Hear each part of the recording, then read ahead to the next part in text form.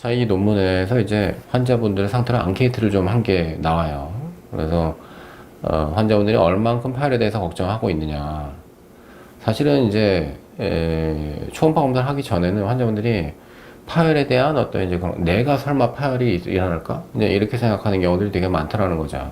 사실은 이제 그렇게 생각하는 것보다는 훨씬 더 높은데 파열에 대해서 생각을 전혀 안 해봤다라고 하는 사람이 70%가 넘었어요. 그리고 계속해서 염려하고 있었다고 하는 사람이 6.8%밖에 안 됐고, 그만큼 파열이라고 하는 거에 대해서 환자분들이 신경을 갖다가 그러니까 현실감 있게 신경 쓰지 못하고 있다는 점이에요. 자, 이거는 수술하는 의사들이 파열에 대해서 그만큼 에듀케이션을 갖다가 잘 못 시켜드린 거죠. 항상 이제 수술에 대해서는 미용술이 특히 그런데 좋은 점만 자꾸만 얘기를 하려고 하는 경향이 있어요. 그래서 좋은 점 물론 굉장히 많지만은 그 좋은 점 뒤에 또 이제 부정적인 면, 자, 이런 것들이 이제 같이 항상 얘기가 돼야 되는데, 자, 그렇게 안내를 이제 바꿔서 수술하시는 분들이 별로 없어요. 그래서 파열이라고 하는 거는 대표적인 이제 그런 어떤 문제라고 할 수가 있어요. 항상 보형물 수술하면서는 내 몸속에 들어간 보형물이 언제든지 터질 수 있다라고 하는 거를 알고 이제 수술을 받으셔야 되는 거죠. 그래서 문제는 이게 증상이 없는 파열이기 때문에 FDA 어떤 MRI 스캔, 이제 그 정기적인 스캔 광고, 자, 이걸 갖다가 또 이제 전달해야 되는, 그거 전달하는 병원도 별로 없어요. 그거 굉장히 황당한 건데, 어쨌든 이제 이건 미국도 마찬가지더라고요. MRI 스캔해야 된다 FDA 권고 사항 자체를 미국 환자들도 모른다가 76%였던 거죠. 한국은 그보다 더 할 거예요. 근데 이제 실제로 그걸 알든 모르든 간에 MRI 검진을 받아보신 분들이 거의 없다는 거죠. 없다 95.4%니까 그냥 다 안 받은 거예요. 왜 그렇겠느냐? 비싸니까요. 보형물 파열이 있는지 확인하고 싶으냐? 뇌가 99.5%죠. 이게 당연한 거죠. 누구든지 그거를 관심이 없겠어요. 자, 그런 보형물이 파열된 확인을 했다. 그런 거 근데 증상 하나도 없어요. 자, 그런데 당신은 그런 보형물 제거할 거냐? 증상은 없지만 찜찜하다는 거죠. 95.2%, 압도적인 다수가 제거하겠다고 얘기를 해요. 자, 이거를 제거든 교체든 재수를 하는데 뭘로 재수를 할 것이냐. 이제 실리콘 젤 보면 또 터질 수 있는데 이걸로 또 할 거냐.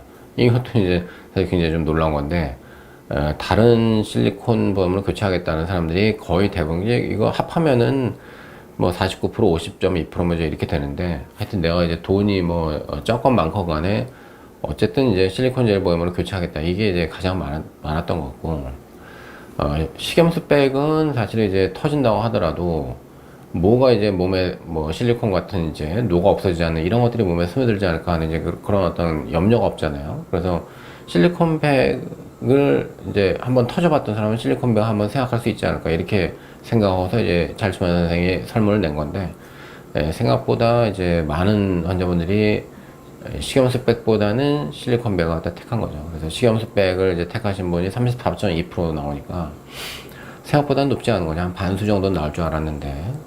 그래서 지금도 어쨌든 미국에서는 식염수백의 인기가 아직까지도 높아요. 그러니까 의사분들이 식염수백을 많이 광고를 해요. 또 이제 미국은. 왜냐면 식염수백의 이점이 굉장히 많이 있어요. 사실은. 아직까지도 그런데. 자, 대한민국 같은 경우는 참 이제 식염수백에 대한 어떤 촉감이 안 좋고 이제 이런 생각들을 너무 많이 하고 계셔요. 사실은 그렇지 않거든요. 수술만 잘 됐다고 하면은 식염수백도 얼마든지 좋은 촉감을 갖다 발휘할 수가 있고, 어떤 유사시, 파열이 일어나는 이제 이런 상황에서도 이게 이제 실리콘 젤이 터졌을 때처럼 이게 몸에 스며들지 않을까, 이제 이런 염려는 전혀 이제 내려놓을 수 있다라고 하는 것 때문에 미국에서는 어쨌든 이제 그런 안전상의 문제를 굉장히 우선시하기 때문에 식염수백을 갖다가 아직까지도 좀 보수적으로 택하는 그런 경향이 좀 있고요. 자, 앙케이트 중에 이제 보형물 파열이 됐다고 이제 확인을 받았고, 그러면 제거 수술을 한다면은 당신은 언제 할 거냐? 자, 이런 설문이 있었는데 3개월 이내 좀 즉자적으로 하겠다는 거죠. 그게 이제 한 반 정도, 51.3%였고, 3에서 12개월 사이 조금 더 있다가 하겠다. 이거 돈도 필요하고 하니까 36.5% 정도였고, 12개월 이후에 좀 나중에 나오면 하겠어. 지금 할 생각 없어. 이제 이거는 1.7% 별로 없었죠. 근데 이제 또 미국 같은 경우는 좀 개인주의가 이제 워낙에 센 나라이기 때문에 이제 그런지 몰라도 재거수를 안 하겠다라고 하시는 분들도 10.4%나 됐다. 이 숫자는 사실은 조금 놀랍죠. 자, 오늘 이야기했었던 부분을 갖다가 한번 정리를 해보면은, 보형물의 파열, 실리콘 보형물의 파열은 생각보다 많아요. 생각보다 많고, 이게 파열이 됐는지 안 됐는지 모르고 사는 사람들이 거의 대부분이라고 보아도 이제 과언이 아니에요. 아까 제가 초음파 장비가 성형외과에 많이 보급됐다고 하지만은 아직은 사실은 멀었죠. 그래서 성형외과 의사가 수술하고 난 다음에 직접 이제 초음파를 하면서 이제 이것을 확인하는 이제 그런 병원이 사실은 아직까지도 많지는 않아요. 이제 장비도 마련해야 되고 또 배워야 되거든요. 그래서 파열인 줄 모르고 그냥 이렇게 살다가 우연히 다른 것 때문에 검사하다가 발견하게 되는 그런 경우가 아직까지도 이제 더 많다라고 하는 점이 주목할 부분이에요. 그리고 초음파가 상당히 정확해져 있어가지고 MRI를 넘어서지는 못하겠지만은 거기에 거의 필적할 만큼 선별 검사로서는 거의 손색이 없는 정도 수준까지 올라와 있다 라고 할 수 있겠고, 파열을 겪은 여성들은 신속하게 교체를 하기를 원하고 또 교체를 할 때는 역시 다시 실리콘 백으로 교체하기를 원하는 분들이 이제 많다. 식염수 백을 원하시는 분들도 10명 중에 3명 정도 있었다. 자, 이런 정도로 이제 결론 정리할 수 있겠습니다.